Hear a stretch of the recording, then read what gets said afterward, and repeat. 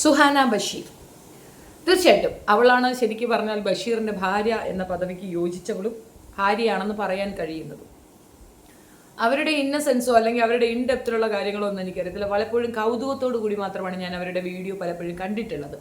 Curiosity തന്നെയാണ് മെയിനായിട്ട് അവർക്ക് കിട്ടുന്ന വ്യൂ എന്നുള്ളത് എനിക്കും അറിയാം, എനിക്കത് ബോധ്യപ്പെട്ടിട്ടുണ്ട്. ഇടയ്ക്കൊക്കെ കുറച്ച് വ്യൂ കുറയുന്ന ഒരു സാഹചര്യത്തിൽ അവർ കാണിക്കുന്ന ഒരു സർക്കസ് ഉണ്ട്. അത്യാവശ്യം സുഹാനയെ ഇട്ട് കൊടുത്തിട്ട് സുഹാന വെറും ഒരു ഇരയായി നിൽക്കുന്ന ഒരു അവസ്ഥയുണ്ട്. അത് അറിഞ്ഞുകൊണ്ട് തന്നെ അവർ നിൽക്കുന്നുണ്ട്. കാരണം അവർക്കറിയാം വളരെ ബിലോ പോവർട്ടി ലൈനിൽ നിന്ന് മുന്നോട്ട് വന്ന സ്ത്രീയാണ് സുഹാന. പ്രത്യേകിച്ച് ക്രിസ്ത്യൻ കമ്മ്യൂണിറ്റിയിൽ നിന്ന് വന്ന പെണ്ണാണ്. അത് ബഷീറിനെ സ്നേഹിക്കുന്നു, ബഷീറുമായിട്ടുള്ള ഇഷ്ടം കൊണ്ട് തന്നെ വിവാഹത്തിന് സമ്മതിക്കുന്നു. വിവാഹത്തിൽ മതവും മാറുന്നു. മതം മാറി പൂർണ്ണമായും ഒരു മുസ്ലിം പെൺകുട്ടിയായിട്ട് മാറിക്കൊണ്ട് നിൽക്കുകയാണ് സുഹാന. പക്ഷെ സുഹാന ഒരിക്കലും പ്രതീക്ഷിക്കാത്ത ഒരു ട്വിസ്റ്റാണ് ലൈഫിൽ നടന്നത്. ഒന്നല്ല 2 പ്രാവശ്യം ഭർത്താവ് കൂടെ ആൾക്കാരെ കൊണ്ടുവന്നു. ഗ്രേറ്റ് ലവ് സ്റ്റോറി എന്നൊക്കെ പറഞ്ഞുകൊണ്ട് ഇൻട്രൊഡ്യൂസ് ചെയ്യുന്ന ഈ ഒരു വിവാഹത്തിൽ ശരിക്കും പറഞ്ഞാൽ സുഹാന ഒരു വിക്ടിം മാത്രമാണ്. ഏറ്റവും വൃത്തികെട്ട മോശപ്പെട്ട രീതിയിൽ ജീവിക്കേണ്ടി വരുന്ന ഒരു പെണ്ണ് എന്ന് ഞാൻ പറയും. അപ്പം നിങ്ങൾ പറയും നല്ല സ്വപ്ന ലോകത്തല്ലേ, അസൂയ കൊണ്ടല്ലേ, ഇങ്ങനെ കുറേ കമൻസ് വന്നിരുന്നു. കാരണം ഞാൻ ഇതിനു മുമ്പ് ഇവർക്ക് വേണ്ടിയിട്ട് ഒരു വീഡിയോ ചെയ്തതിൻ്റെ പേരിൽ ഞാൻ ശരിക്കും എനിക്ക് ഒരുപാട് അനുഭവിക്കേണ്ടി വന്നു. സീക്രട്ട് ഏജൻറ്റ് സായി അവരുടെ സ്വന്തം വലങ്കൈയാണ്. അത്രയും വലിയ ഫാൻ ഫോളോവേഴ്സ് ഉള്ള സായി അവർക്ക് വേണ്ടി സപ്പോർട്ട് വന്നപ്പോൾ തന്നെ എനിക്ക് കിട്ടേണ്ടത് അത്രയും കിട്ടി. എൻ്റെ ചാനൽ ഉൾപ്പെടെ നഷ്ടപ്പെട്ടിരുന്നു. പക്ഷെ നിർത്താൻ ഞാൻ തയ്യാറല്ല. കണ്ട കാര്യം നമ്മൾ പറയും. നമ്മുടെ സൊസൈറ്റിയിൽ ഈ 2 ഭാര്യമാരെ കൊണ്ട് നടന്നുകൊണ്ട് എന്ത് മെസ്സേജാണ് ഇവർ കൊടുക്കാൻ ഉദ്ദേശിക്കുന്നത് പലപ്പോഴും എനിക്ക് കൺഫ്യൂഷൻ തോന്നിയ ഒരു കാര്യമാണ്. അതവിടെ നിൽക്കട്ടെ. ഇപ്പോൾ പറന്ന് നടക്കുന്ന ഒരു റീലുണ്ട്. ഇത് 4-5 ദിവസം എൻ്റെ കയ്യിൽ വന്നിട്ട് എന്താ മിണ്ടാത്തതെന്ന് ചോദിച്ചതുകൊണ്ട് മാത്രം ചെയ്യുന്ന വീഡിയോ ആണ്. ചില വിഷയങ്ങൾ നമ്മൾ മിണ്ടാതിരിക്കുന്നത് നല്ലതെന്ന് തോന്നും. കാരണം ഇവരൊരു വീഡിയോ ഇട്ടിരുന്നു, ലോക് ഹംസെ പിന്നെ ഇതാക്കുന്നത്. അതായത് ഹിന്ദി ഒരു സോങ് ഉണ്ട്, അതിനകത്ത് ഇങ്ങനെ പറയുന്നുണ്ട്, ലോകത്തുള്ളവരെല്ലാം നമ്മളെ നോക്കിയിട്ട് അസൂയപ്പെടുന്നുണ്ട്, ഞങ്ങൾ ഭയങ്കര ചമ്പവങ്ങളാണെന്ന് പറഞ്ഞ് എൻ്റെ കൂടെ കെട്ടിപ്പിടിച്ചിട്ട് ഒരു പാട്ടങ്ങ് ഇടുന്നുണ്ട്. അത് കണ്ടപ്പോൾ സത്യത്തിൽ പെരുവിരളിൽ നിന്നാണ് നമുക്കൊരു ദേഷ്യം വന്നത്. ഇവളുടെ ജീവിതം അല്ലെങ്കിൽ ഇവളുമാരുടെ ജീവിതം കണ്ട ആർക്കാണ് അസൂയ തോന്നുക? ഒരു പെണ്ണിന് വേണ്ടത് ഡ്രസ്സാണോ? കുറച്ച് ആഹാരവും അത്യാവശ്യം മേക്കപ്പ് സെറ്റും കിട്ടിക്കഴിഞ്ഞാൽ പെണ്ണിനെല്ലാമായി എന്നാണോ? ആ പെണ്ണിനൊരു വ്യക്തിത്വം വേണ്ടേ? നിലവാരം വേണ്ടേ? നിലപാട് വേണ്ടേ? സ്വന്തം ഭർത്താവ് മറ്റൊരു പെണ്ണിനെ വീട്ടിൽ കൂട്ടിക്കൊണ്ടുവന്നിട്ട് ഇതെൻ്റെ ഭാര്യയാണ്, നീ അംഗീകരിച്ചേ പറ്റൂ എന്ന് പറയുമ്പോൾ പരിപൂർണ സ്വാതന്ത്ര്യത്തോടു കൂടി അവളെ അംഗീകരിക്കുകയാണ്. അതെ, നീ എൻ്റെ വീട്ടിൽ എൻ്റെ ഭർത്താവിൻ്റെ 2ാം ഭാര്യയായി വന്നു നിന്നോളൂ. മക്കളെ കൊണ്ടുകൂടെ അത് സമ്മതിപ്പിക്കുകയാണ്. ഗ്രാജുവലി മക്കൾ സമ്മതിക്കും. കാരണം അച്ഛന് മറ്റൊരു പ്രണയമുണ്ട്, അല്ലെങ്കിൽ അമ്മയ്ക്ക് മറ്റൊരു പ്രണയമുണ്ട്. അതിലൊരു കുഞ്ഞ് വന്നു കഴിഞ്ഞാൽ അത് നമ്മുടെ കുട്ടി തന്നെയാണ്, നമ്മുടെ അമ്മയുടെ വയറ്റിൽ വന്നതാണ് എന്ന് അംഗീകരിക്കുന്ന ഒരു ബോധം മക്കൾക്കുണ്ട്. അത് തീർച്ചയായിട്ടും ഉണ്ട്. ഇപ്പോൾ അച്ഛൻ 2ാം കല്യാണം കഴിച്ചാൽ അതിലൊരു കുഞ്ഞ് വന്ന് അംഗീകരിക്കും. സഹോദരങ്ങളല്ലേ, അത് അംഗീകരിക്കും. പക്ഷെ ഒരേ വീട്ടിൽ 2 പെണ്ണുങ്ങളെ അച്ഛൻ മതോന്മത്തനായി അഴിഞ്ഞാടുന്നത് സമ്മതിക്കുന്നത് കാണുമ്പോൾ കൗതുകമാണ്. അവർക്ക് കിട്ടുന്നത് കൗതുക കാഴ്ചകളാണ്. ക്യൂരിയോസിറ്റിയുടെ ബേസിലാണ് ആളുകൾ അവരെ കാണുന്നതെന്നുള്ളത് വസ്തുതയാണ്. എന്നാൽ ഒരു കമ്മ്യൂണിറ്റി അവഹേളിക്കാൻ ഏറ്റവും ധാരാളമാണ് ഇവൻ്റെ ഈ ലൈഫ് ഹിസ്റ്ററി എന്നുള്ളതാണ് എനിക്ക് മനസ്സിലായിട്ടുള്ളത്.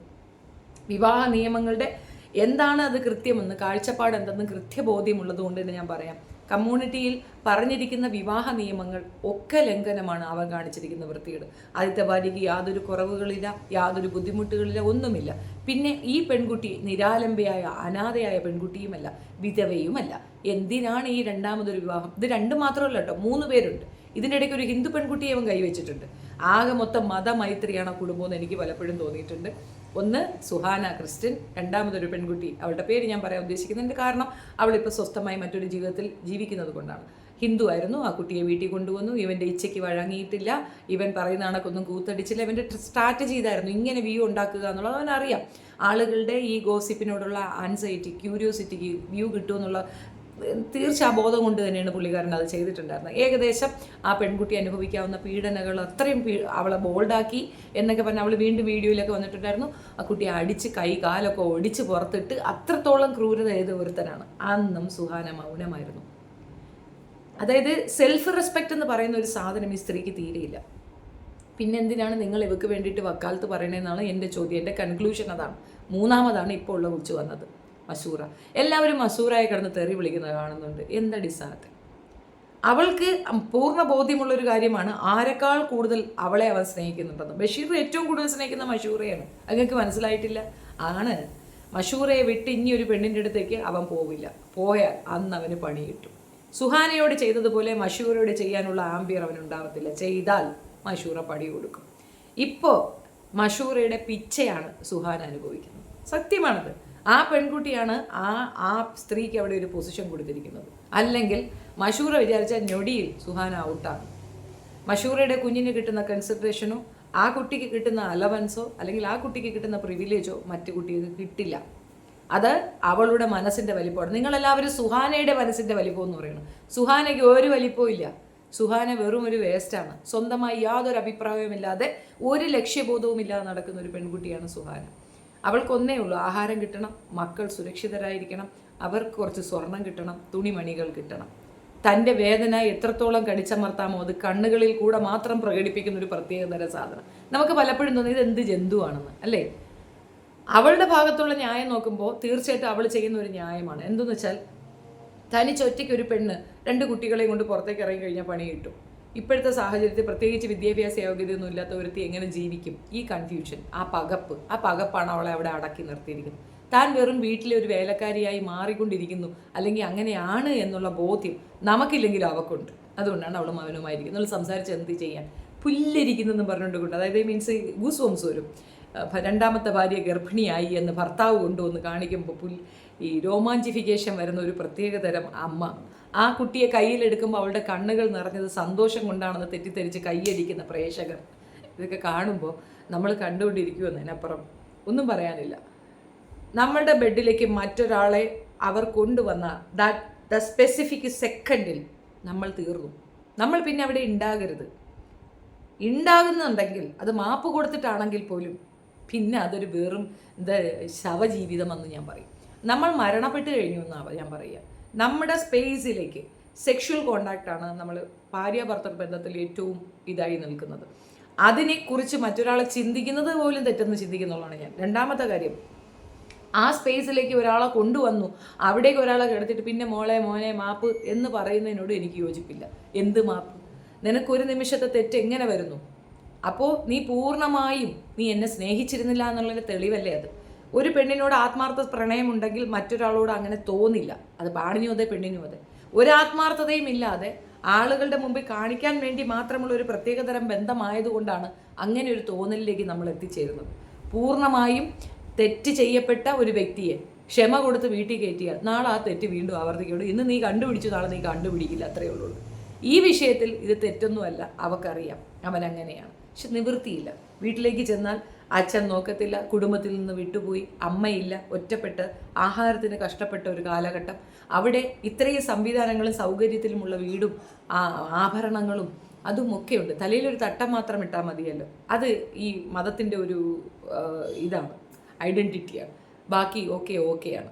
അവൾ പറയണതെല്ലാം ഓക്കെ, അങ്ങനെ അംഗീകരിക്കേണ്ട അവസ്ഥയിലേക്ക് ആ പെണ്ണ് വന്നു എന്നുള്ളതാണ്. ഞാൻ കണ്ട വീഡിയോ നിങ്ങൾക്ക് വേണ്ടി ഷെയർ ചെയ്യാം, കാണാം. നിങ്ങളിപ്പോൾ ഇത്ര നേരം കേൾക്കേണ്ടത് ഇതെന്താണ് സുഹാന മാത്രമുള്ളല്ലാന്നല്ലേ? യെസ്, ഞാൻ മാത്രമേ ഉള്ളൂ, ഞാനും പിള്ളേരും മാത്രമേ ഉള്ളൂ വീട്ടിൽ. ഒരു സർപ്രൈസ് എന്ന് പറയണോ എന്താണ് പറയേണ്ടതെന്ന് അറിഞ്ഞൂടെ. ഇപ്പം മഷുവും ബഷീയും എബ്രും ബാങ്കോക്കിലാണ്.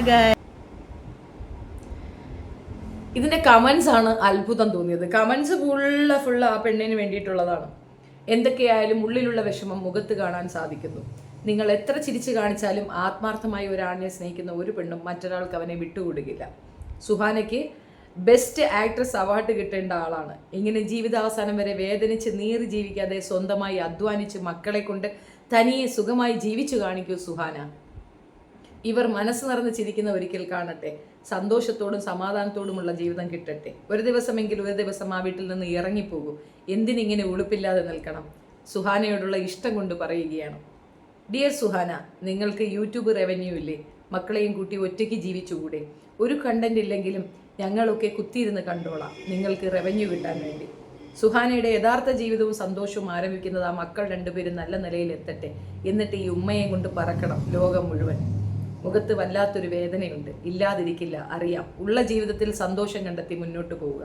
കുട്ടികൾ ഉള്ളത് കൊണ്ടാവാം പാവം എല്ലാം സഹിച്ച് ജീവിക്കുന്നത്.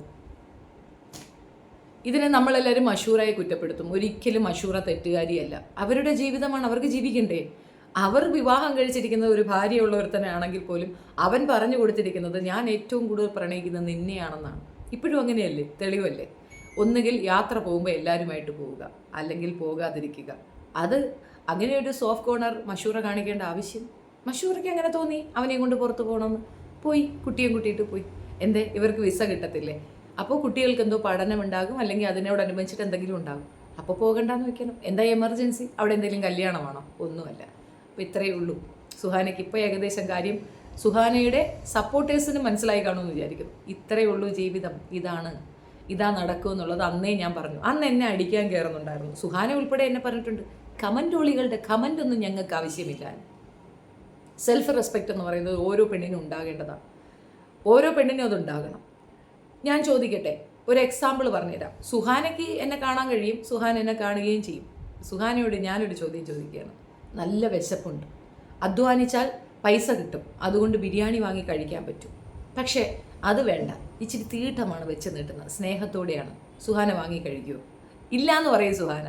കാരണം അധ്വാനിച്ചിട്ട് ആ ബിരിയാണി ഞാൻ വാങ്ങിച്ച് കഴിക്കും എന്നായിരിക്കും സുഹാന പറയുന്നത്. എന്നാൽ സുഹാനയുടെ അറിവിലേക്ക് പറയട്ടെ, സുഹാന ഇപ്പോൾ കഴിക്കുന്നത് ഈട്ടവാ, അതാണ് സത്യം. അത് സ്നേഹത്തോടെ വെച്ച് വിളമ്പി തരുന്നുണ്ട്. അത് മനസ്സിലാക്കണം. അപ്പോൾ ഒരു കുടുംബം ഇല്ലാതാക്കിയിട്ട് നിനക്ക് എന്തിനാ? അല്ലെങ്കിൽ അവർ ഉൾക്കൊണ്ടതല്ലേ എന്ന്. ഇയാളെ മാത്രമായിരുന്നെങ്കിൽ ഞാനിത് പറയത്തില്ല. ബഷീർ എന്ന് പറയുന്ന വ്യക്തി ഇത് 3ാമത്തെ പെണ്ണാണ്. 2ാമതുള്ള പെൺകുട്ടി തുറന്നു പറഞ്ഞിട്ട് പോലും സുഹാന നിശബ്ദയാകും. സുഹാന മക്കൾക്ക് കൊടുക്കുന്ന ഒരു മെസ്സേജ് എന്താണ്? അടിമയാക്കപ്പെട്ട ഒരു സ്ത്രീയാണ് അമ്മയെന്ന് തിരിച്ചറിവാണ് ആ മകളുടെ ഉള്ളിലുള്ളത്. സ്ത്രീകൾ അടിച്ചമർത്തേണ്ടവരാണെന്നും തങ്ങളുടെ ഇഷ്ടത്തിന് വളച്ചൊടിക്കേണ്ടവരാണെന്നും മനസ്സിലാക്കി കൊടുക്കണം ആ മകൻ്റെ മുൻപിൽ. അവൾ നാട്ടുകാർക്ക് കൊടുക്കുന്ന മെസ്സേജ് എന്താണ്? എങ്ങനെയാണെങ്കിലും കഷ്ടപ്പെട്ടിട്ടാണെങ്കിലും സ്വന്തമായി ജീവിക്കണം. സെൽഫ് റെസ്പെക്റ്റ് ഇല്ലാത്ത ഒരു വൃത്തികെട്ട സ്ത്രീയാണ് താൻ എന്നാണ് സുഹാന ബാക്കിയുള്ളവർക്ക് കാണിച്ചു കൊടുക്കുന്നത്. ആകെ മൊത്തത്തിൽ സമൂഹത്തിന് കൊടുക്കുന്ന മെസ്സേജ് എന്താണെന്ന് സുഹാനയ്ക്ക് ഏകദേശം മനസ്സിലാവുമെന്ന് വിചാരിക്കുന്നു. ഇത്തരത്തിൽ അടക്കം ഒതുക്കം ഇതാണ് കുലസ്ത്രീ എങ്കിൽ ഇത്തരം കുലസ്ത്രീകൾ വേണ്ട എന്നാണ് എൻ്റെ അഭിപ്രായം. നിങ്ങളുടെ അഭിപ്രായം കമൻറ്റിൽ പറയുക. ആക്ച്വലി എനിക്ക് ഈ വീഡിയോ ചെയ്യാൻ തീർത്തും ഇഷ്ടമുണ്ടായിരുന്നില്ല. ഇത് വീണ്ടും ഒരു റിക്വസ്റ്റ് വന്നതുകൊണ്ട് ചെയ്തതാണ്. അതോ ഞാൻ ഭയപ്പെട്ടു എന്ന് പറഞ്ഞു. എനിക്ക് ആരോടും ഭയമൊന്നുമില്ല. എൻ്റെ അഭിപ്രായങ്ങൾ പറയാൻ ഞാൻ ആരെയും ഭയപ്പെടേണ്ട ആവശ്യവുമില്ല. സുഹാന എന്നത് സത്യം പറഞ്ഞാൽ ഒരു വിക്ടിമാണ്. അത് മറ്റൊരാൾ നടത്തിയ വിക്ടിമൈസേഷൻ ഒന്നുമല്ല. സെൽഫായിട്ട് അവളെടുത്ത് വെച്ചിരിക്കുന്ന ഒരു മൂഡ് പടമാണത്. ഇതിലെ യഥാർത്ഥ കുറ്റവാളി, യഥാർത്ഥ കള്ളൻ ബഷീറാണ്. ആ 2 പെണ്ണുങ്ങളും ഇരകളാണ്. 2ാമത്തവളോട് ആത്മീയ സ്നേഹവും വാത്സല്യവും കാണിക്കുന്നത് അവൾ വന്നതിന് ശേഷമാണ്. ഈ ഒരു സോഷ്യൽ മീഡിയ അവന് കിട്ടിയതും അതിൽ കൂടെയുള്ള സമ്പാദ്യം അവൻ എത്തിച്ചേർന്നതും അവൻ ഈ രീതിയിലേക്ക് ടോപ്പ് ലെവലിലേക്ക് എത്തിയതും. നല്ല സുഖമുള്ള ജീവിതം. മൂത്തവളും ഇളയവളും തനിക്ക് വേണ്ടി മത്സരിക്കുന്നു, സ്നേഹിക്കാൻ മത്സരിക്കുന്നു, നന്നാക്കാൻ മത്സരിക്കുന്നു, തന്നെ കെയർ ചെയ്യാൻ മത്സരിക്കുന്നു. സുഭിക്ഷമായ ജീവിതം, അതിൽ കൂടെ വരുമാനം, ജോലി ചെയ്യേണ്ട, വിയർപ്പിൻ്റെ അസുഖം, എന്തൊക്കെയോ ക്രീം അത് ഇതെന്നൊക്കെ പറഞ്ഞുകൊണ്ട് നല്ല റിച്ച് ലൈഫ്. ഫോർച്യൂണർ എന്ന വണ്ടിയുടെ അടുത്ത് പോലും പോയി നിൽക്കാൻ പറ്റാത്ത ഒരുത്തൻ ആ വണ്ടി ഓടിക്കുന്നു, അതിൻ്റെ ഓണർ ആകുന്നു എങ്കിൽ അവൻ ഗ്രേറ്റ് അല്ലേ? അവനാണ് യഥാർത്ഥ ക്രൂവൽ, ഇതിനകത്ത് ക്രൂക്കിഡ്. ഈ പെൺകുട്ടി വിചാരിക്കുന്നു എന്നെയാണ് ഏറ്റവും കൂടുതൽ സ്നേഹിക്കുന്നത്. 2 പെണ്ണുങ്ങളെ സ്നേഹം നടിച്ച് പറഞ്ഞ് പറ്റിച്ച് വഞ്ചിച്ച ഒരുത്തൻ ഞാൻ നിന്നെ മാത്രമാണ് പ്രണയിക്കുന്നത്, ഏറ്റവും വലിയ പ്രണയം നീയുമായിട്ടാണ്, താജ്മഹൽ കൊണ്ട് കാണിക്കുകയാണ്. അദ്ദേഹത്തിൻ്റെ 3ാമത്തെ വൈഫാണ്. ആ 3ാമത്തെ വൈഫിനോടായിരുന്നു പ്രണയം. അതുകൊണ്ടാണ് ഒരു താജ്മഹൽ വെച്ചത്. കഥകളിലേക്ക് ഇറങ്ങിച്ചെന്ന താജ്മഹലിൻ്റെ ചരിത്രം വായിച്ചാൽ, താജ്മഹലിൻ്റെ ആ മരിച്ചുപോയ അമ്മയുടെ മകൻ ചെയ്ത ചരിത്രം വായിച്ചാൽ, അല്ലെങ്കിൽ ആ താജ്മഹൽ ഉണ്ടാക്കിയ ആളുടെ ചരിത്രം വായിച്ചാൽ നമുക്ക് താജ്മഹലിനോട് തന്നെ വെറുപ്പ് തോന്നും. അപ്പോൾ ചരിത്രങ്ങളും കഥകളും ഈ പറയുന്ന മുത്തശ്ശി കഥകളും ഒക്കെ പറഞ്ഞു കൊടുത്ത് പെണ്ണിനെ വളച്ചൊതുക്കി കൂടെ കൊണ്ടുവരുത്തി. ആ ഉമ്മായും വാപ്പായും ഒരുപാട് വിഷമിച്ചു കെട്ടിച്ചു കൊടുക്കുമ്പോൾ, പക്ഷേ പിന്നീട് അവർക്ക് സന്തോഷിക്കാനുള്ള വക മകൾ തന്നെ ഇട്ടുകൊടുത്തു. മകൾ കാണിച്ചു കൊടുത്തു തന്നോടാണ് ഭർത്താവിന് സ്നേഹം, മറ്റത് വെറും ഒരു സ്റ്റെപ്പിനി വീട്ടിലൊരു ജോലിക്കാരിയാണ് എന്ന്. ഇനിയൊരു കുഞ്ഞിന് സുഹാനയ്ക്ക് കിട്ടുമോ? ഇല്ല, കൊടുക്കില്ല. സുഹാനയ്ക്ക് കുഞ്ഞൊന്നും വേണ്ട. സുഹാന ഇനി അവിടുത്തെ സെർവൻ്റാണ്.